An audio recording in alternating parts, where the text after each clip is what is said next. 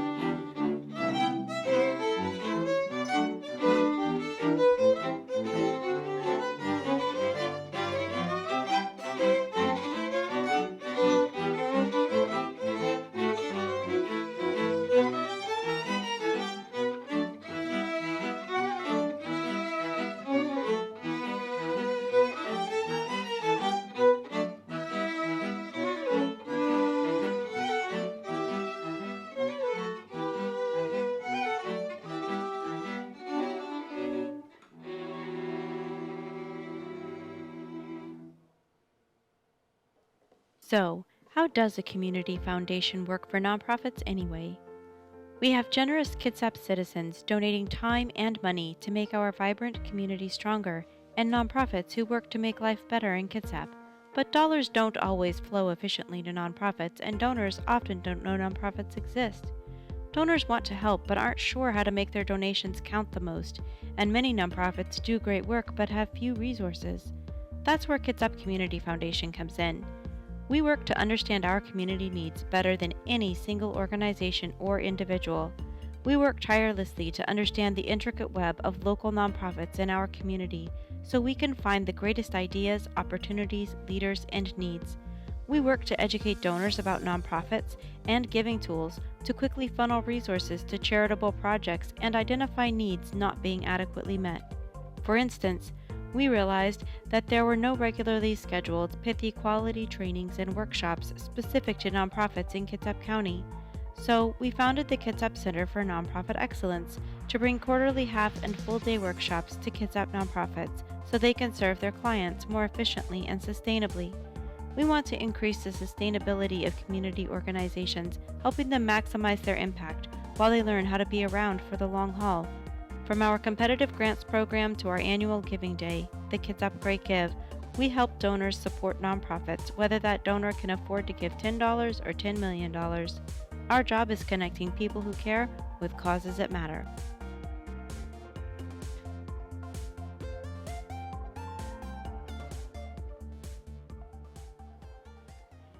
Hey, welcome back to the Kitsap Great Give annual live broadcast. So now you know a little bit more about what the Great Give is, who the Kitsap Community Foundation is, and this is your chance right now to donate to one of the nonprofits that is participating in the Kitsap Great Give and have your dollars boosted by the Kitsap Great Give donor pool or bonus pool. That bonus pool is created by some fabulous sponsors, not the least of which is the United Way of Kitsap. They are a presenting partner and the cornerstone of our bonus pool. And we have a big thank you to say to United Way of Kitsap for being our presenting partner. They've been with us from the beginning, and we hope for many more years to come they will be our presenting partner. And I also want to just let you know that this bonus pool that we're talking about is not static. You can donate it too. If you are a donor and you don't know who you want to help, you want to help all the nonprofits, you can go online to kitsapgreatgive.org and you can donate to the bonus pool and have your donations be distributed among all the nonprofits. You may also have seen little cutouts in all of the local newspapers and gotten a mailer. You can mail your donations in through those as well, and we will take them for a few days after the event is over. But right now I'm going to introduce you to our first nonprofit, and these guys do deal with some rather sensitive subjects. And I'm going to introduce you to Tawny Birch, the project coordinator for Bridges to Life. So welcome. Thank you for coming. Thank you for having me. So tell me, what is Bridges to Life? What is the main mission of your organization? The main mission of our organization is to reduce the recidivism rate in the state of Washington. So it's a faith-based restorative justice program, and we have a unique 14-week program that is based on victim impact, which helps the inmates see the other side of the story, which puts a face to their crime, and it shows that it reduces the recidivism rate. Okay, so we have, which institutions do you work out of? Which prisons do you work with? There is 6 going right now, 2 in Monroe, Twin Rivers, Cedar Creek. We have Mission Creek Women's Prison and WCC in Shelton. So if somebody commits a crime, they're in one of these prisons, you come to them and you say, hey, we don't want you to repeat this crime. We don't want you to go back and do this. We want you to come back and be part of society and don't do this crime anymore. And here's how what you did impacted somebody else, and you kind of, it's far away from legal battles and unfair lawyers and mean cops. Here's a real human. This is what you did to this human. So how do you approach Well, we usually do a presentation about our program, and then we have a sign-up list for those who are interested, because it's all volunteer basis that they want to come. We have volunteer facilitators, and what we do is when the program starts, we tell them what it's about. Now we go everything from crime and conflict to responsibility, accountability, confession, repentance, forgiveness, restitution. There's a whole list of 14 weeks. And step by step, it gives them tools on how to be a viable part of the community. And it teaches them how to value themselves, rather than a lot of them, when they get out of these institutions, they don't think they have any value. Therefore, you know, they go back to what they know, which is Crime. It's crime. Yeah. So, but Bridges to Life is a national program with a Kitsap chapter, correct? Yes. So what's the story behind the chapter in Kitsap? How did Bridges of Life come to be, or Bridges to Life come to be here? A lady named Judy Dutcher, she's the regional coordinator. She used to live in Texas, and a man named John Sage in 1998, he started Bridges to Life. He founded Bridges to Life after his sister was brutally murdered. And he wanted a way to heal himself, other victims, and to get inmates not to redo this. Well, Judy had volunteered for him for 11 years before she moved to the state of Washington. Well, when she was up here, she decided to start Bridges to Life up here to get it into as many institutions as she could. And so right now, what kind of a success rate are you guys having? How is it going out there? Oh, it's going great. I mean, we're growing, we're expanding. Right now, the recidivism rate across the nation is 37%. That means almost 4 out of every 10 return to prison within 3 years. With Bridges to Life, the graduates, it's an 85% success rate that they do not return to prison. So the success rate, to me, is awesome. It's one in 10, not 4. Mm-hmm. And only 2% of that, 2.5% of that, is for violent crimes. So what do you wish the community knew more about your organization? The biggest thing is it's volunteer run. We need more volunteers. That's the biggest thing. We need donations. It's privately funded. And we need more exposure. Mm-hmm. If we had more exposure, then the community would know what an impact that this has. And it not only helps the victims heal, but it helps the inmates also heal with what they're going through and what they have done. And so the biggest thing is to connect the community with the inmates to show that there's a positive outcome with this program. And we have an 85% success rate with this program. And to me, that's leaps and bounds above anything else that they're doing right now. So community members watching tonight, how would they get in contact with you if they wanted to volunteer? They would need to go to Judy Dutcher at bridgestolife.org. And so what does a training program look like? So what if I'm a volunteer and it's like, I don't really know, I'm scared to talk to an inmate, I don't think I could do anything, maybe I could just pass out flyers. So what could somebody expect? I mean, what kind of a program do they go through to get them ready to do this work? Well, I had the same feelings. I was scared to go, slamming doors and whatnot. But really, we sit you down with training and we show you the curriculum that we have. And when you're a first-time volunteer, we not only let you sit and watch a video and talk to the rest of us on how you can talk to the inmates, but we also give you the curriculum that the inmates do. So the first time I did it, I did the curriculum right along with them. Mm-hmm. And once you're in there, I mean, if you have a heart for people and you have a good ear, that is all you need, and compassion. That's it. We've all made mistakes, Yeah. And we're all human. So it seems to be scary at first, but it's really not. You'll find out once you start talking to them, they're human. They're just as human as anybody else.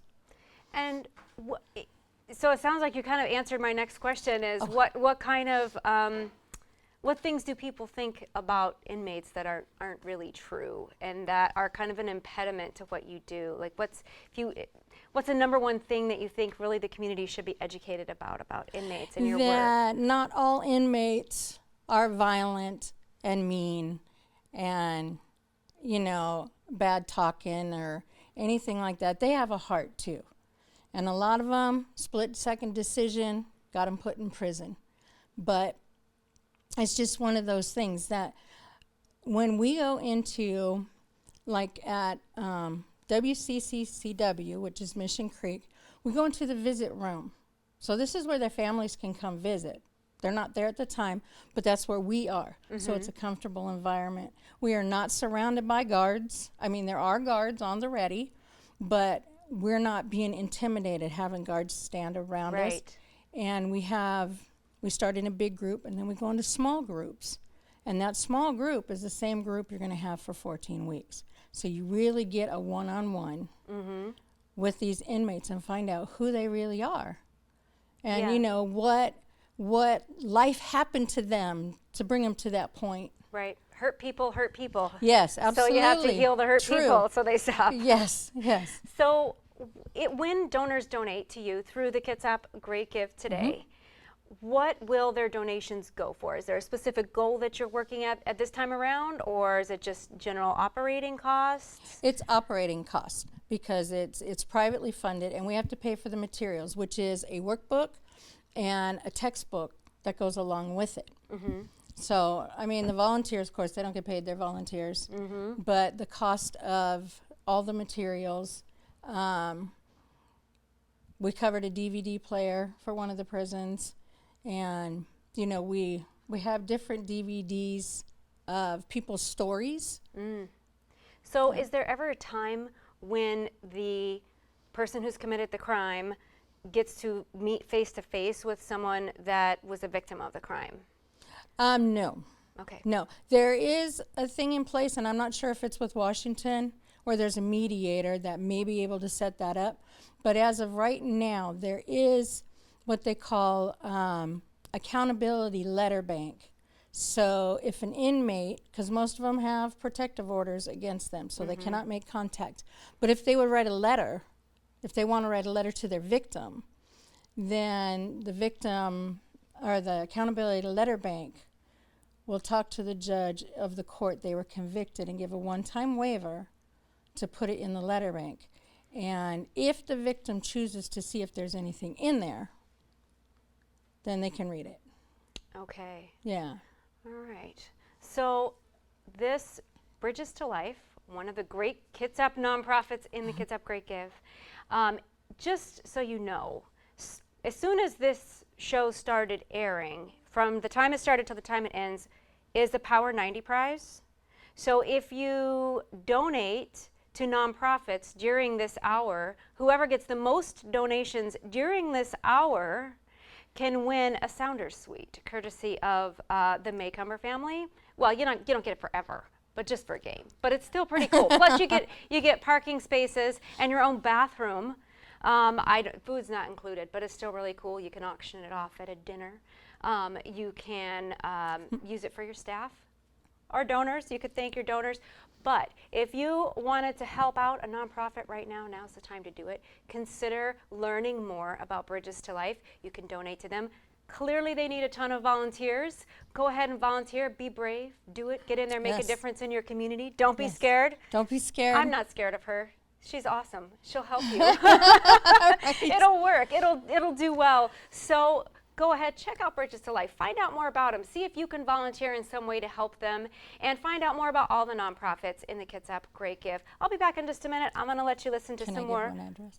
Yeah, one more. If they want to find out more information on Bridges to Life and the acclimates and the stories from inmates and from volunteers, go to bridgestolife.org, and you can click on one of the mini tabs and to learn read more about it. Yeah. Do it. While you're doing that, I'm going to let you listen to Take 4-String Quartet.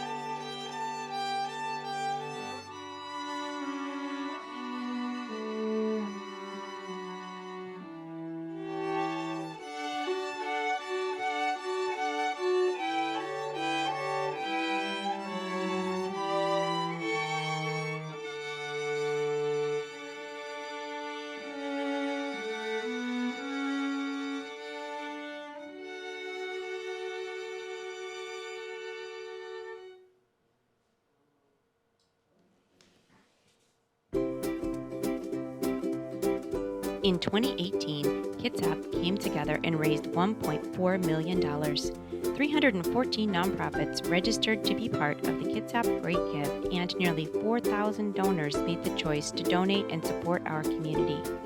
The Kitsap Great Give is 24 hours of online giving where you can pick as many nonprofits as you like and donate to them in a single transaction. Even better, our amazing sponsors will boost every dollar you donate, so nonprofits get more than you actually give. It's totally free for nonprofits to join. Your donations go to nonprofits you choose and can be tax deductible. On Tuesday, April 23rd, you can go to kitsapgreatgive.org and help change lives in your community again.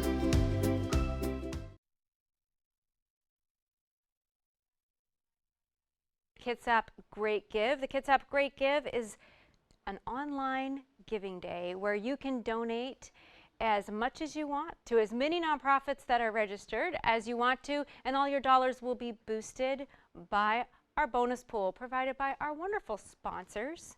And I want to thank a couple of those sponsors right now: the Suquamish Tribe and Port Madison Enterprises and Bridge to Bridge Beverage Company, all big parts of our community. All of them have been supporting the Kitsap Great Give for many, many years. There's the A.Y. Petter Family Donor Advised Fund and Ios Ranch. And by the way, we have a new prize this year. So that's something that's very cool about the Kitsap Great Give is the prizes. So if you donated through the mail, and we have early giving, so if you donated through the mail, a mailer that came out, or newspaper ads, that's fine, that's great. But if you're donating online today, right now, during the final 24 hours of the Great Give, the nonprofits that you donate to qualify for prizes. And one of those prizes is the Small But Mighty Nonprofit Prize. And this prize is $1,000 to a small nonprofit, and we define a small nonprofit as one whose annual budget is $100,000 or less. So if you got a small nonprofit and they get the most donations of all, most dollars donated, they get an extra $1,000 after their bonuses added in. So I'm going to talk to you right now about one of those small nonprofits, Kids Helping Kids, which was wonderfully and happily started by a kid in Kitsap. And we are super proud of all our young people in Kitsap. At the Kitsap's celebration of philanthropy is coming up, and the entire celebration, the entire dinner, which you can find out all about on the Kitsap Community Foundation website. We have Cliff Averill from the Seattle Seahawks will be our speaker, and it's all about honoring kids and nonprofits that serve kids and honoring philanthropists in our community. I'm going to introduce you to a very young philanthropist right now. His name is Zachary Darner and his mom Beth. Hi, Zachary. How are you doing tonight? You started Kids Helping Kids. You founded your own nonprofit. And how old are you? I'm 9 years old. That's pretty young. You started off strong in life, starting your own organization. How old were you when you started Kids Helping Kids? Well, when I started Kids Helping Kids, I was I think 6 years old, I'm pretty sure. And now I'm 9, and we grew over the years with our toy drives. Would you like to hear about them? I would love to hear about your toy drives. So our first Christmas toy drive, which is now called our annual toy drive, our goal is to raise 50 toys, and we raised 259 toys. The next year our goal was 1,000 toys, and we raised 1,589 toys. The third year our goal was 5,000 toys, and we raised 5,890 toys. And just last week actually, we were doing an Easter project where we were raising toys, and our goal was to raise 1,000 toys at least, and put them in over 200 hand-painted Easter boxes. Wow! That would go to kids in the hospital at Easter. So who did the painting of the Easter boxes? Well, we had a lot of different painting activities, and we invited kids from our advisory board, which is something that is like a board, but it's only for kids that are aged, I think, 7 to 15. Yeah, 15. And they just help out a lot with Kids Helping Kids and stuff. And so they just helped with painting and stuff, and then we delivered over 1,026 toys to the kids in the hospitals at Easter. Wow. So you have a board of Kids Helping Kids is actually kids. Yes. Which is really awesome. So Thank what inspired you to do this? How did you get started on this? Well, my little brother Noah, when he was a baby, he was very sick and had to go to the hospital 3 times. And I was there with him the entire time, and it was very scary. So I want children to feel safe and loved when they are in the hospital. So that's why I started Kids Helping Kids. I know that children always feel like that. So I thought, well, I want to make those kids feel happy. So I put together Kids Helping Kids, and we did all of this. And we've accomplished so much. And we're also doing another annual Christmas project this year, and our goal is to raise at least 5,000 toys. 5,000 toys, and they all go to children in hospitals. Yes. So when the donors watching you tonight, they can obviously donate toys to you. Where would they drop off their toys? Or do you buy them, or do they buy them and they bring them to you? Are they new or used? They have to be new because we don't want the kids, like, they're sick and we don't want, like, stuff on them or anything. Right. And you can donate you can go to kidshelpingkids.org and donate there. So you can donate time, which is basically just volunteering. You can donate money, and then you can donate toys. Where do they drop the toys off?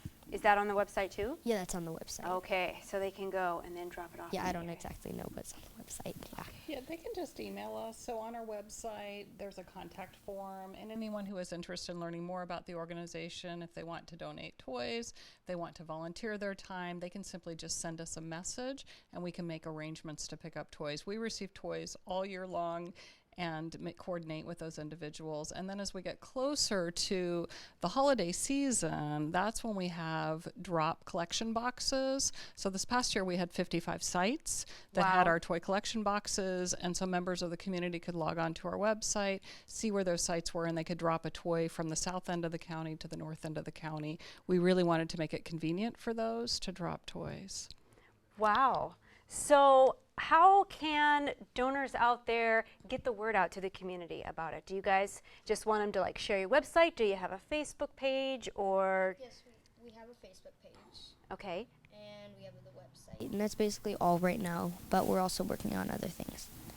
Do you want to talk about those other things that we're working on, those other activities that we do? Yes. So we go to the Bremerton Backpack Brigade on a Thursday every month. And we help pack backpacks with food for kids in need. And they get delivered on Friday. Yeah. For the kids. BKAT has a show called The Giving Life that we do with the Kitsap Community Foundation, and Bremerton Backpack Brigade was on it. We did a whole show on them. They're pretty awesome. And also someone from the advisory board actually thought of going to Barnes & Noble's and helping with story time there. Oh. So we read the advisory board, part of the advisory board read books and played games with children to help them learn how to read. And we're also going to be doing next month, we're going to be helping with the Coffee Oasis, and we're going to be baking desserts and playing games with homeless youth. Wow. Well, you guys are awesome. You've got a whole, like, a game plan. There are many nonprofits that I train and that we train through KCNE, Kitsap Center for Nonprofit Excellence, that are nowhere near as organized as you. And they're all grown-ups. You guys are doing a great job. Thank you. And so when the donors come to the site and they're donating money, say, is there a specific project that you're working on right now? Is this just going to go to the next Christmas drive or some of these new projects you're talking about? Did you have something specific in mind, or is it just general operating costs? Well, it really is just going to go to the Christmas project because that's our next project, and that's just what it's going to go to. Right. And we just finished our Easter toy drive, as Zachary was saying, just last week. So prior to last week, everything would have gone to the Easter toy drive. Now it's going to go to the Christmas toy drive, our annual toy drive. Wow.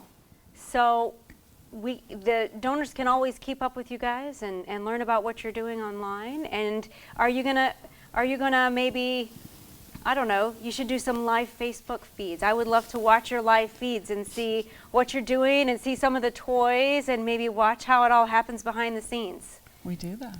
Yeah, Yeah. we have done that, yes. Yes, I'm going to go watch them now. exactly. I think everybody should watch them. I'm very impressed. Thank you. Is there something that you would like people to know about that maybe you think, oh, everyone thinks this about kids that are ill, or everyone thinks this about a kid-run organization, that maybe it's not really true, and you'd like to tell them things are different than they might expect it to be? Well, yes, actually, we only do kid-led projects. We do not do just adult-led projects. I mean, there are adults that help. I mean, They're helping you. course, You're yeah. leading the way. but it's just the advisory board that mostly does a lot of work. And we Excellent. really listen to our advisory board. So when the kids speak up and they say, we want to help homeless youth, we kind of say, okay, what does that look like to you? How are we going to do that? And then we Wow. reach out to organizations that serve homeless youth, and we talk with them and figure out if it's a good fit. We did that with the Bremerton Backpack Brigade when we had kids talk about wanting to serve kids in need who don't have food. We reached out to them. When kids talked about literacy, you know, all of our kids on the advisory board love to read themselves. So being part of story time has been a natural thing that we've done, and then we've made it really fun with scavenger hunts. So this is really inspired by the kids. They want to give back to the community. They are future leaders in our community, and Yes, we they are. want to support them. So we are a 100% volunteer-led organization here to support kids and helping other kids. Wow. So I know for a lot of donors, it is important that they want their dollars to go to the organization. They want it to go to the work. They don't want it to go to, they call it overhead. Overhead, you got to have experts to make sure things go well in many cases. So overhead's a necessity sometimes, but a lot can be accomplished with some very talented, very dedicated volunteers. And it is so true that the leaders of today need support and need to be listened to. And that's really impressive that the kids are actually listened to, because I think you guys are pretty smart. Yeah, I think you got it. I think you know more than we may suspect. That's what I think. Well, and I think what we really do is we build on children's passion. So Zachary spoke a bit about his experience with his younger brother, and it was really through that passion of wanting to help other kids who are ill in the hospital that we developed our first toy drive, and really through listening to that passion, trying to figure out what would that look like to you, Zachary? How would we do that? What kind of goal would we set? And so that's why we've targeted all of the hospitals that we believe that kids from Kitsap County would likely end up at. So for instance, Harrison Hospital, if a child is going through the emergency department. We also give to Seattle Children's Hospital and to Mary Bridge Children's Hospital. In fact, out of those 3 hospitals, they have told us that we are their largest donor of toys ever. And Wow. they attribute it to Zachary and his passion, and to the advisory board, the Kids Helping Kids organization as a whole. So we have just been so very impressed and very grateful by the support we've received from the community. We would not be the biggest donor of toys if it weren't for the community and how they have stepped up to support our efforts.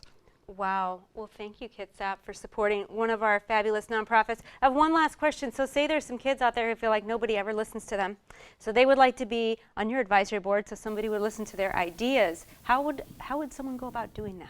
Well, they can just communicate through our website, kidshelpingkids.org. And that's Kids Helping Kids is spelled with 2 D's, KIDZZ, helping KIDZZ.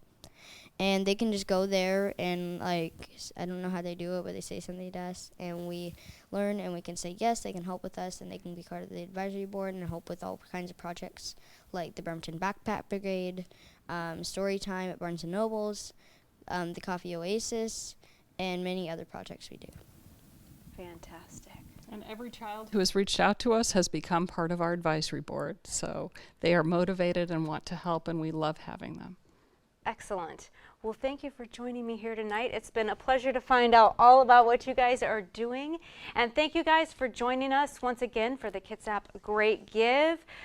We are not quite to $1 million yet. We're hovering around 800,000. So somebody just donated. It went up. We're about 788,271. So 788,000 and a bit. We have 5 hours and 19 minutes and counting left. So get out there, donors. Put your donations in. Let's see if we can go ahead and get over $1 million once again this year. And right now, I'm going to let you listen to the Bremerton Symphony's wonderful string quartet, Take 4. Okay.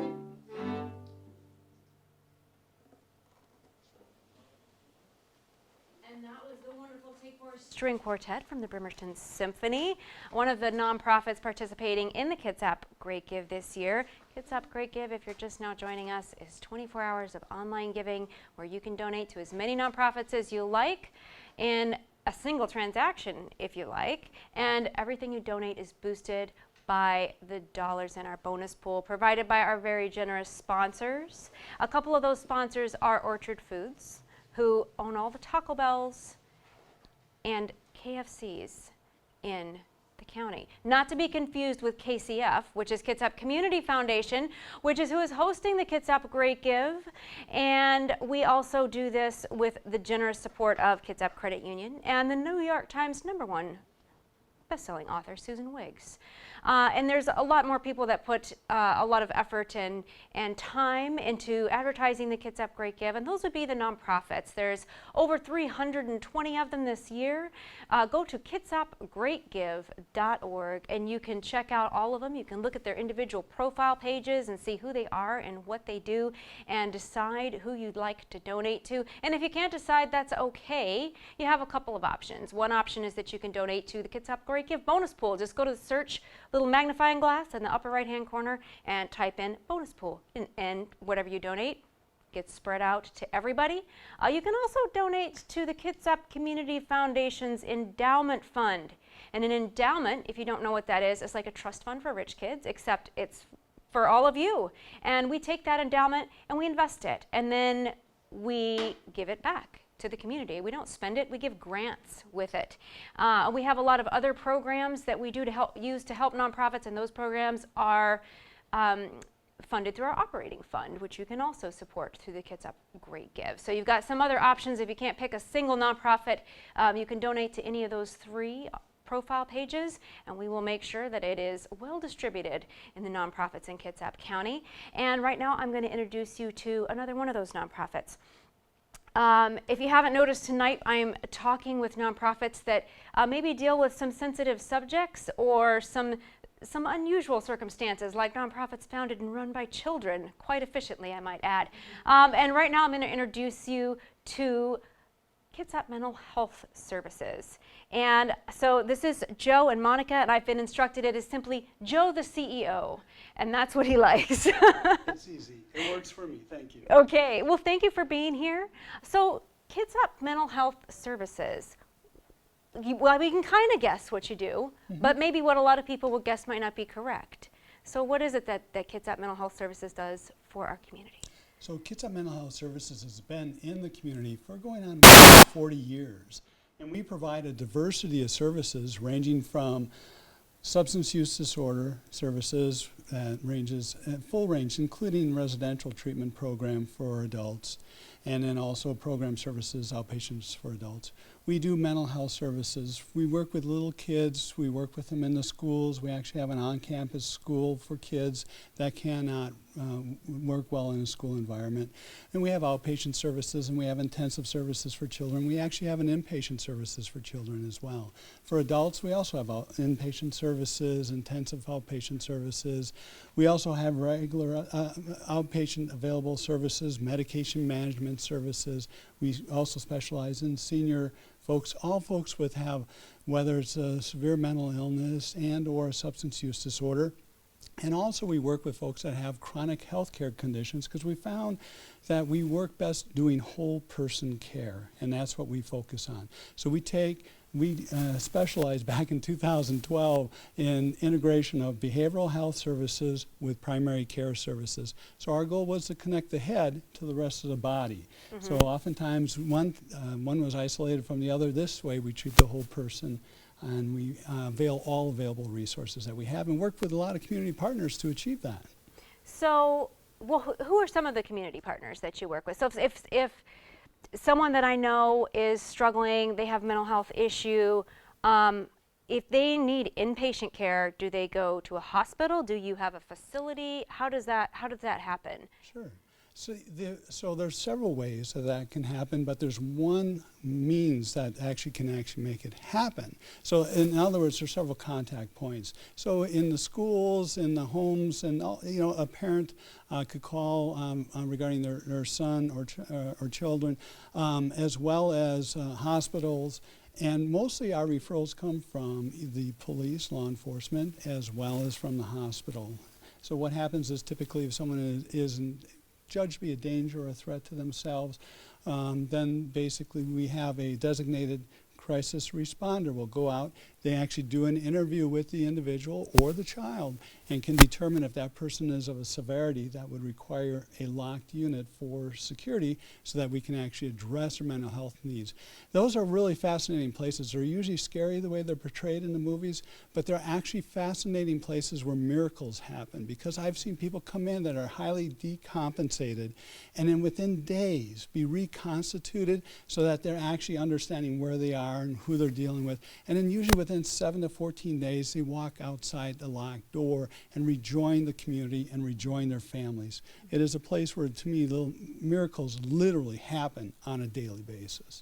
So people might be in a local hospital and you would treat them there. They wouldn't necessarily come to your building or things like that. You're going out into the community? So we actually, the designated crisis responder, if someone is in a situation where they may be a threat, danger to themselves or others, is law enforcement will typically pick them up, or they'll end up at the emergency room at the local hospital. The designated crisis responder goes out, does the evaluation. If criteria is met, then that person is transferred to our inpatient units on our main campus that we have. We have 16 available beds for adults and 10 available beds for children. We serve basically not only the region, but also the state, in some cases for children. So are most of your patients or clients children or adults, or is it an even mix? Actually, it was, when I started here over 10 years ago, it was prominently adults. And right now what we're finding is that our children's services have been literally beaten down the door because of our availability and diversity of services have been able to meet a lot of outstanding needs. So because of the fact that we actually have therapists now in the schools, we're having direct connections with kids. We actually have therapy classes, or I should say a therapeutic classroom in the schools themselves, as well as having a classroom on our campus. And then we have the intensive services for kids. It's called the WISE program. This stands for Wraparound Intensive Services. And so then those actually meet, and those are just by referral from schools and families, religious leaders and the like can call and request for us to provide support to a family, and we'll be there. Mm-hmm. So it's about integrating people back into the community, helping people who need to heal, and that might mean going into their school, to their home, or them coming in on an outpatient basis, so coming in for to the office and talking, or it might mean them staying for a few days and you know, getting themselves back together and then moving on from there. Correct. So who are some of the community partners that you work with in this endeavor? Well, would you like to address that, please? And this is Monica, not the CEO. I don't have a cute thing to say about Monica. Joe the CEO and Monica. So we work with a lot of different community partners depending on the type of work that we're doing. Some of them might include Peninsula Community Health Services, which provides community primary care services actually on our campus. We also work with Harrison Health Partners, who does something similar. We work with Kitsap Community Resources and the Housing Solution Center. They will often refer people that are homeless into our programs that are experiencing a mental illness issue.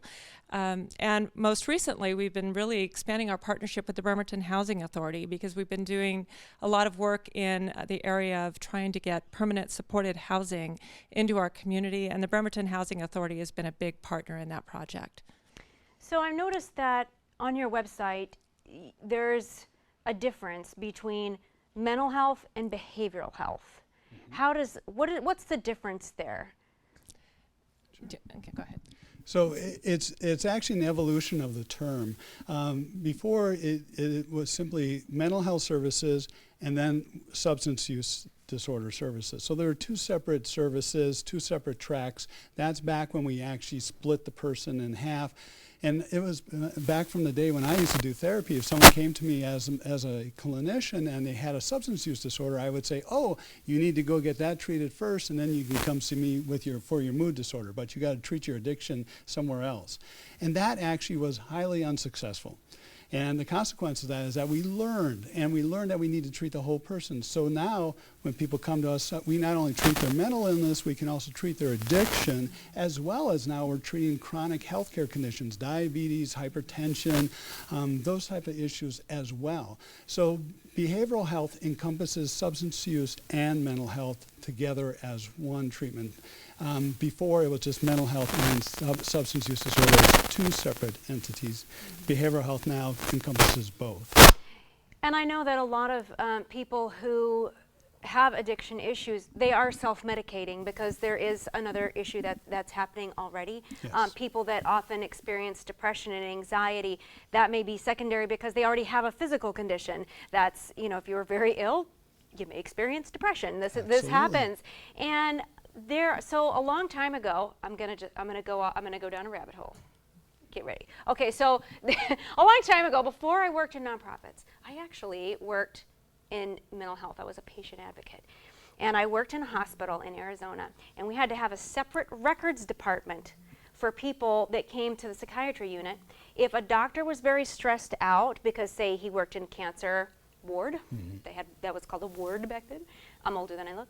Or maybe not. I fancy that I'm older than I look, but it might not work out that way. But anyway, if a doctor came to see us, none of his other colleagues would know.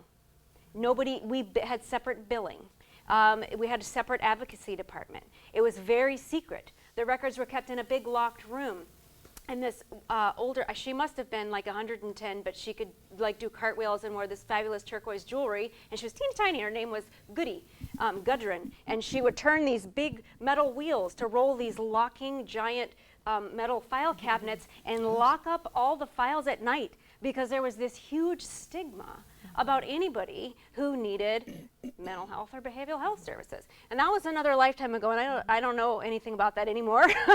But nowadays, how do you still run into that level of stigma and that level of people, of judgment and problem? And how do you deal with that? So I'll start at the answer, and I'll let Monica finish. But I'll just start by saying that I'm sorry to inform you that your experience, however long ago it was, exists today. Wow. Stigma is present today. And the thing is stigma prevents people from getting treatment that's proven to be highly successful. As a matter of fact, sometimes we're far more successful in treating mental illnesses, mood disorders, and thought disorders, and even addictions. We can be more successful than other types of medical surgeries. So with that, Monica, would you like to comment some more, please? I think that the stigma is also very profound when you talk about people who are experiencing mental illness as well as homelessness at the same time. There's a lot of generalizations that are made about people who may have substance use disorders, which are often rooted in somebody's childhood trauma or their untreated mental illness. So when they're out in the woods, they're just struggling to survive. They're not worried about getting into treatment. They're not thinking about treatment. They're thinking about, where am I going to sleep tonight? Where am I going to get my next meal? And it's utterly tragic. And so we have people just basically trying to survive in this community. And yet there's this assumption on the part of many people that when you're mentally ill, you're violent. That when you're mentally ill, you're a danger. You're gonna do these awful things in the community, and that's simply not the case, and it's not borne out by the evidence. So when we are looking at our permanent supported housing project, which will build out 74 units of housing for people that are homeless and have serious mental illness and substance use disorders, we fully know that we're going to encounter some of that stigma. But what we expect in time is that once they see our presence in the community and the difference that we can make, they'll start to see what we already know, that treatment does work and people do recover and can recover because we see it every single day. Mm-hmm. And that brings up an interesting point about childhood trauma.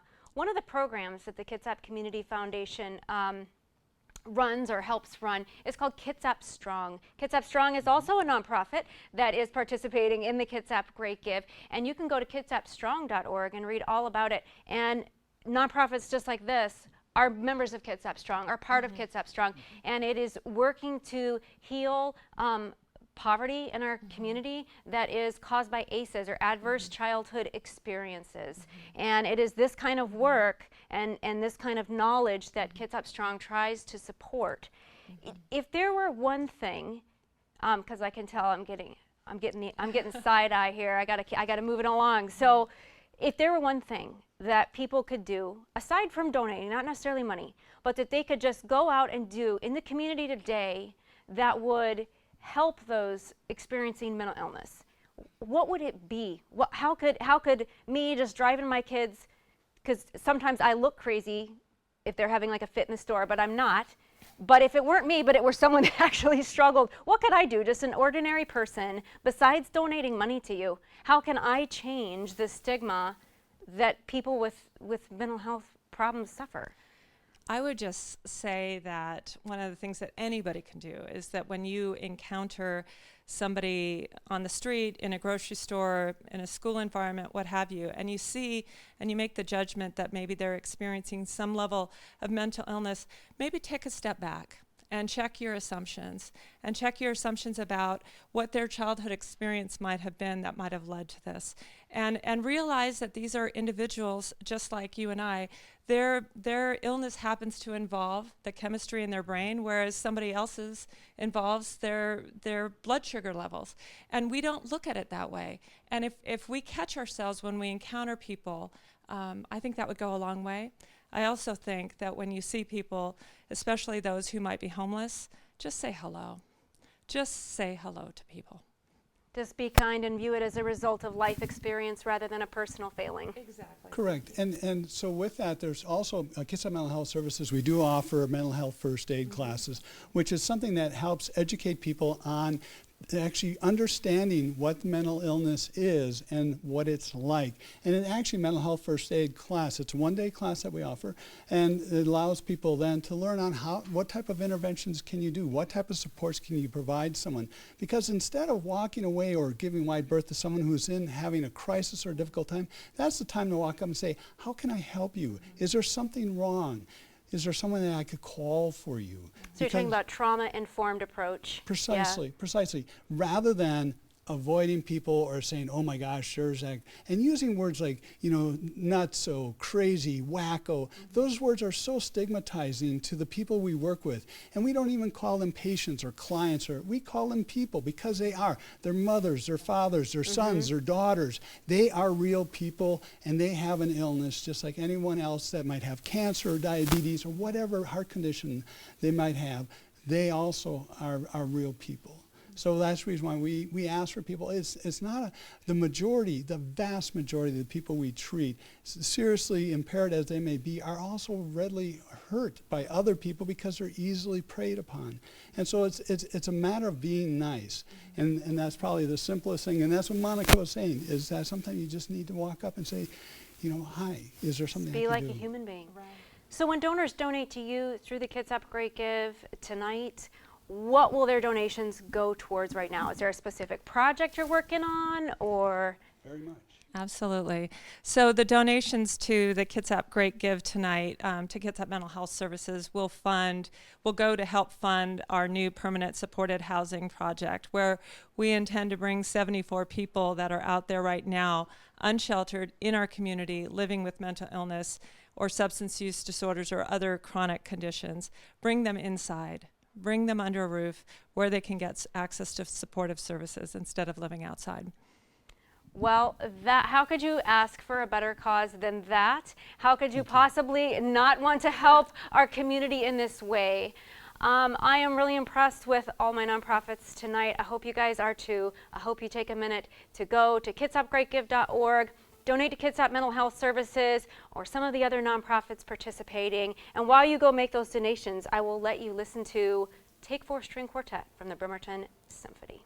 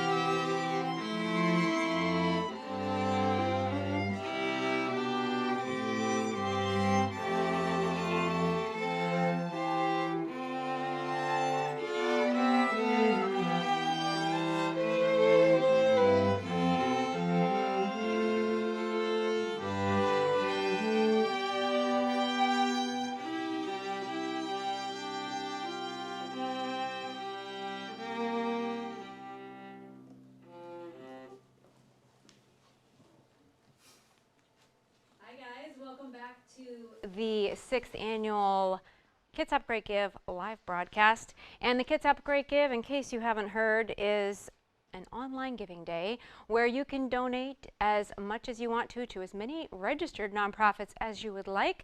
And everything you donate will be boosted by our bonus pool provided by some wonderful sponsors.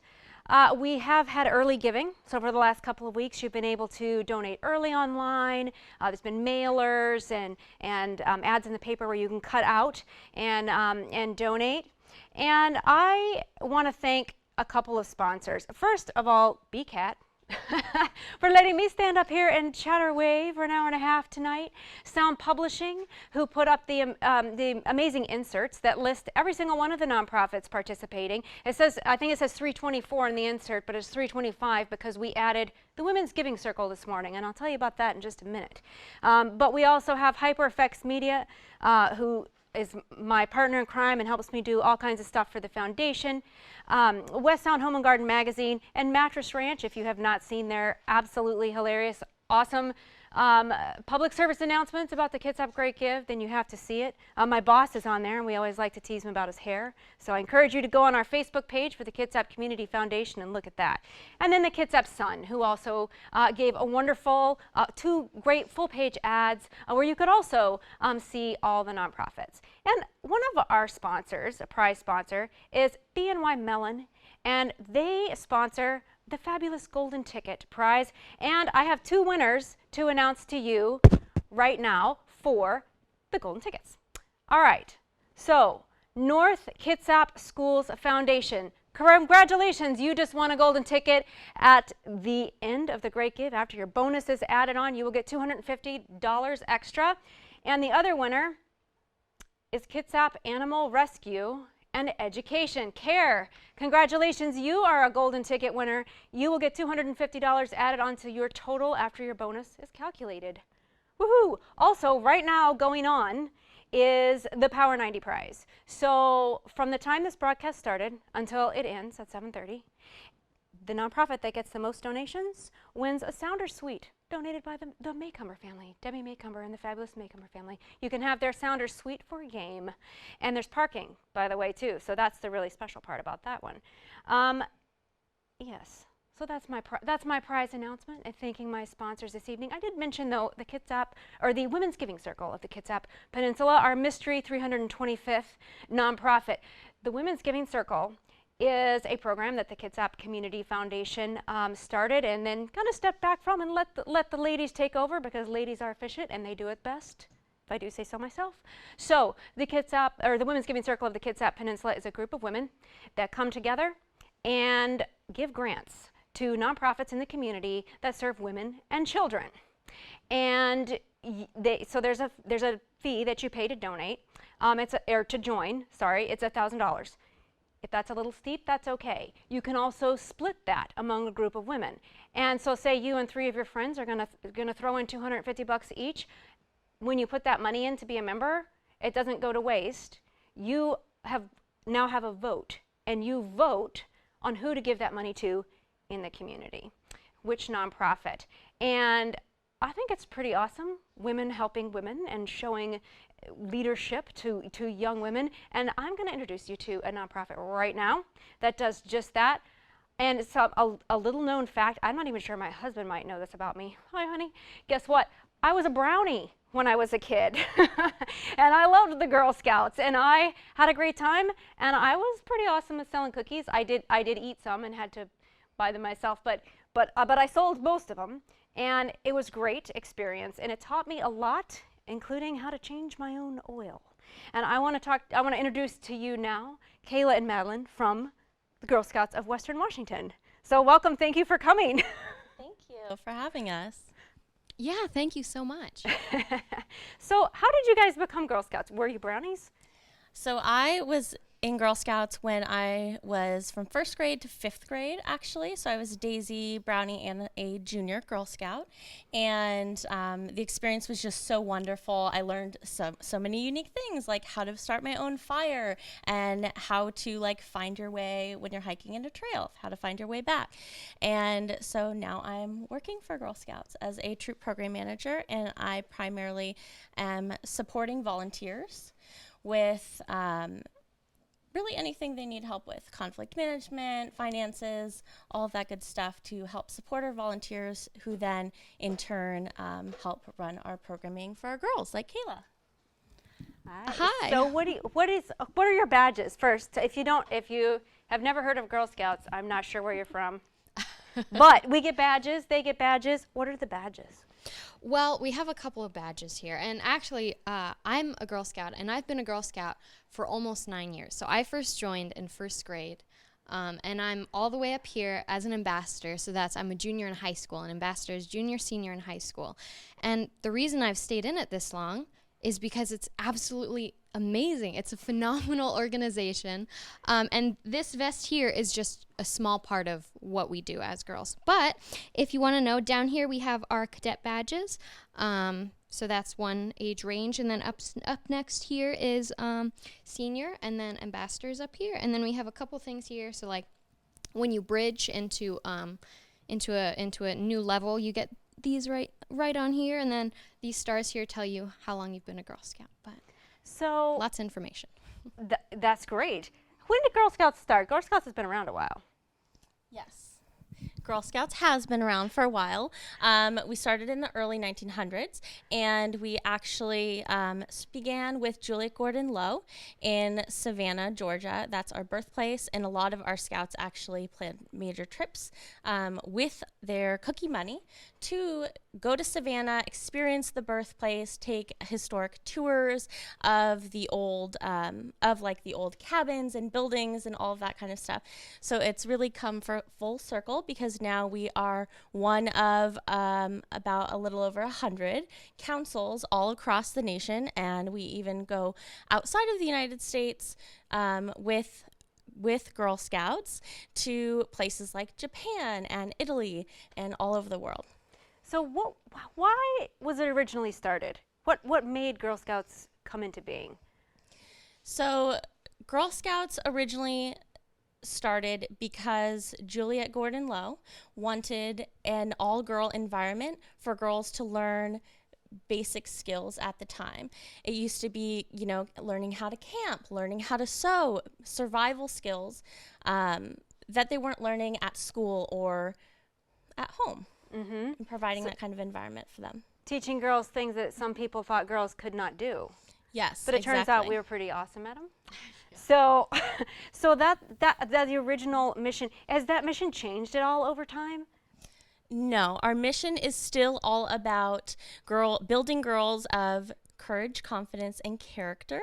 And we're very, very proud of providing that all-girl and girl-led, what we call, environment for girls. And when I say girl-led, I mean that it gives girls the opportunity to develop their passions and find out what they really want to do. So that comes into play with deciding what they want to spend their cookie money on, and figuring out how to build their own business and start their own business, and experience different things, such as our aviation program on the peninsula. We work with the Bremerton Airport, and we actually provide an opportunity for girls to fly small craft airplanes, which Kayla has actually done. So I did Aviation Day, and I think it's one of the coolest things I've done in my 17 years of living, because we got to go up. It was a group of us girls, and we were so tight immediately because we were all so excited to do this. And it was actually getting into a small craft airplane, 4 seats, right?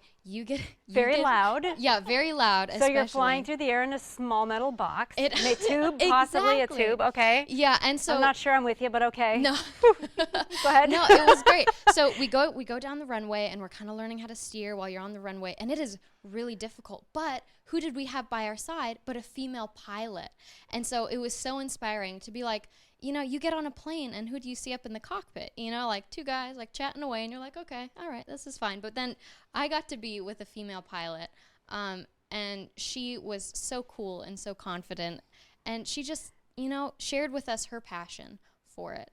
And so I know I left there with so much more aspirations, you know, for like, now I might want to be a pilot, right? Because that was just such an amazing experience. But we did get to go up in the air, and while we were in the air, she took her hands off, and we were flying that plane, and it was insane. Let me tell you, it was great. It was great. Well, so tell me about your experience with Girl Scouts. So when you go to a troop meeting, is it like the adults are telling you guys, okay, we are all going to learn to properly set a table, and here's what you do to earn this badge? Or do you have some say in that? And there's so many badges. How do you know which ones that you go for? Is it the troop leader? Does the troop decide? How does all of that work?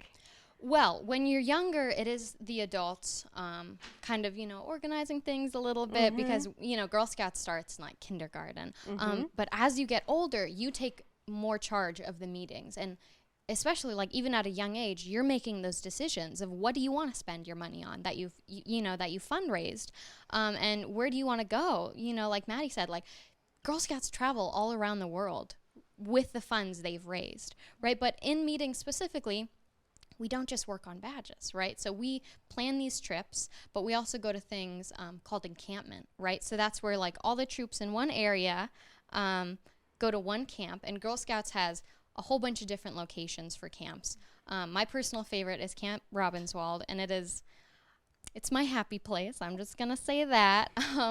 But Girl Scouts go there, and let you in on a little secret. My troop and I recently hosted the encampment. So we did the logistics, we did the financial stuff, we did everything you'd need to plan this event for 80 plus girls and adults. And we did the different events that were going to be at that camp. Our theme was Pirates in Paradise. It was really fun. And so we were very, you know, the activities we wanted to do were things that would teach girls something, right? So it's not just, you know, making a craft, which can be fun, but we wanted to give them a little something more, which is something that Girl Scouts taught us, right? That you can challenge yourself, and they give you a safe environment to challenge yourself and go outside your comfort zones. So planning that with my troop, we're all best friends, and that's for a reason, and that's because Girl Scouts has given us these opportunities in this environment to grow and to learn and to, you know, care about each other and trust each other. So when people are donating to you guys through the Kitsap Great Give, is there, first of all, where does that go? Is it specific? It's Girl Scouts of Western Washington. So that comes to you guys, or your troop, or a group of troops, or where's that money going? So Girl Scouts of Western Washington is part of 25,000 girls, all in Western Washington, across 17 counties. I personally serve here in the Bremerton office, and we serve everywhere from Forks all the way down to Ocean Shores and Grays Harbor, and basically everywhere west of the Puget Sound. And so the money from the Great Give actually goes directly back to supporting girls that are on the peninsula through our delivery of Girl Program and giving girls the opportunities such as aviation. So is there a specific project you're raising money for, or this is operating costs for the organization as a whole? It is all going towards our Girl Program. So if somebody wanted to be a Girl Scout, how do they go about doing such a thing? Well, sure. So first of all, you do need an adult, and so you can either apply if one of your parents, which is always great when we have parents that want to be volunteers and want to be troop leaders, but there are different ways to sign up online. You can go into an office, get plenty of information, but we serve girls from kindergarten all the way up to 12th grade. And even if you're, you know, like a high schooler like I am right now, and you're like, this sounds kind of cool, like maybe I want to check it out, you can definitely, because you can you can join an already established troop, or if you have a group of friends and you guys are like, man, this sounds like pretty awesome, we should all do this together, you can create your own troop. You want to add on that? And you can register now at girlscoutsww.org, GIRLSCOUTSWW.org. Okay, so I am going to say goodbye to you guys, but I am super happy that you're here. I am so happy that Girl Scouts are here in Western Washington. These ladies do so much for our community. Girls rock. But right now, you're going to listen to the Take 4 String Quartet from Bremerton Symphony.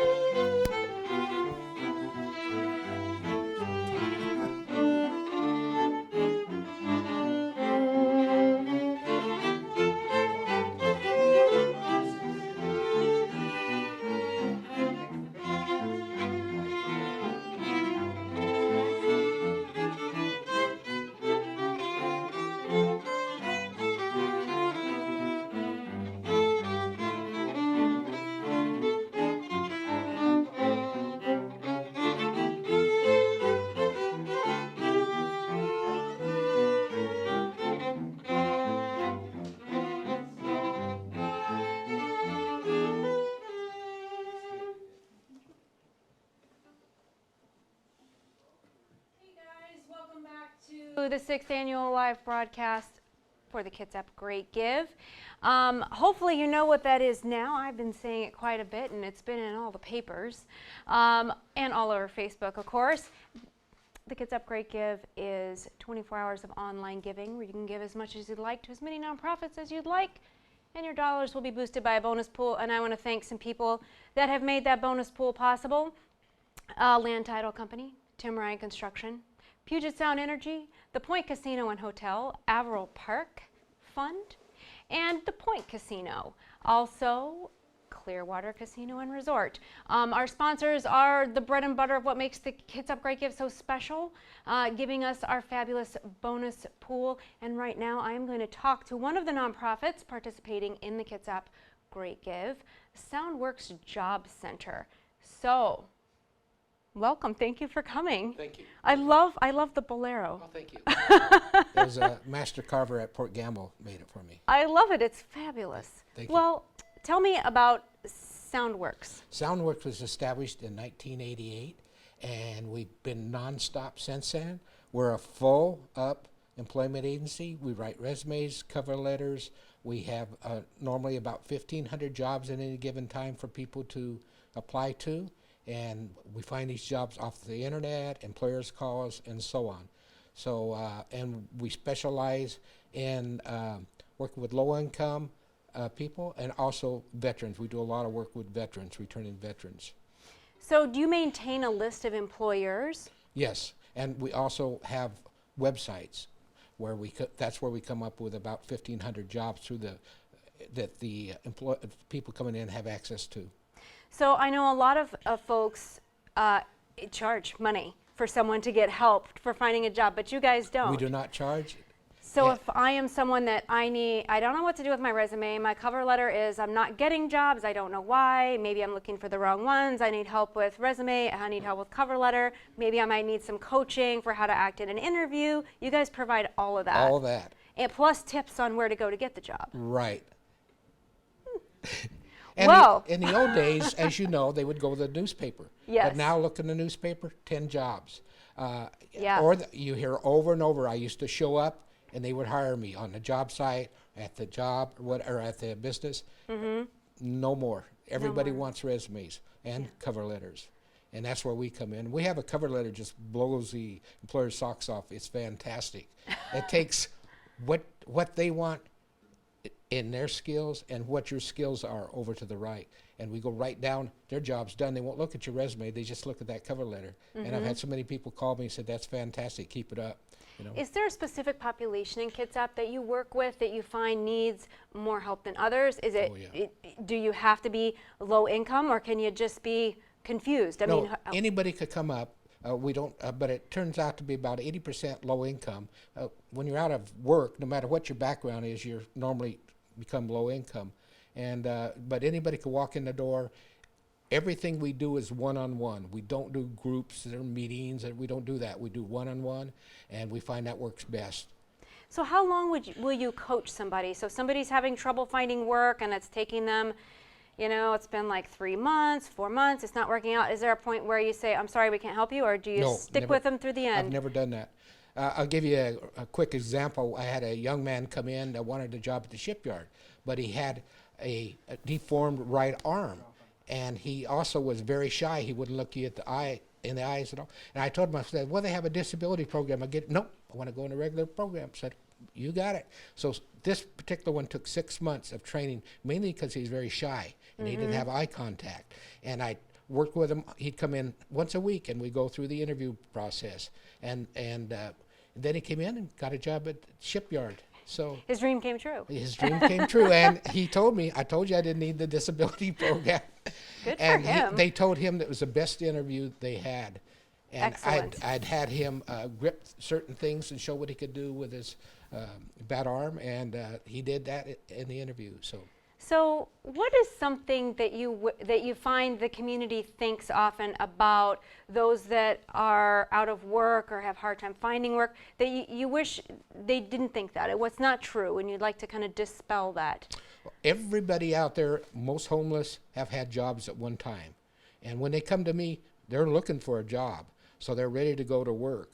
And like I say, we work with a lot of people that are living in their cars, a lot of people living in the woods. And this is the population you don't see in the percentage that are working. And we've spent a lot of time with people working in their, living in their cars or living in the woods, and they come in and they have no warm place to go. They don't have any paper. They don't. A lot of times I've taken down to the office supply place and buy them paper and buy them pencils and whatever they need, you know.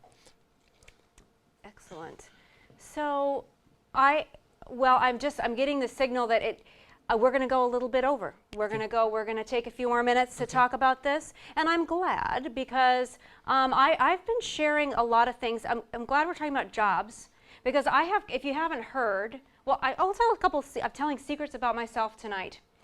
At one point in my life, I left a very bad home situation. I lived in my car, and I was homeless, and I worked, but it was complicated to maintain a job and to go to school and maintain a GPA and do that. But I did it, and it was with the help of friends and with people that didn't judge me, and I needed the kind of services that you're providing. And at that time, I was trying to go to school, and I couldn't maintain my GPA and work and manage the finding a place to shower thing. So I withdrew and moved to a state where it was cheaper, got my undergraduate degree, and then 20 years and 2 kids and a few trips around the world later, I'm going to go to graduate school in Chicago. And so this is my final year hosting the Kitsap Great Give with you guys in Kitsap, because in July I will be moving to the south side of Chicago to attend the University of Chicago to get my master's in public policy, and the only reason that I can do any of that stuff in my life is because of nonprofits.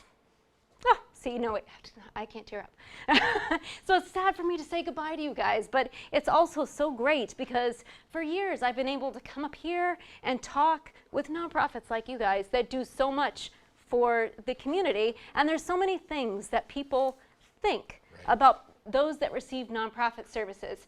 No one would ever guess that, well, you might have guessed I was a brownie, or maybe that I ate the cookies. Probably not that I was homeless. Probably not that I ever worked in mental health. So many things we don't know about each other. We walk through our lives and make all these judgments. It's not good. It's not the way it should be. You're a perfect example of what's out there now in their cars and in the woods. Wanting to work, Something's happened needing to help. them in their life.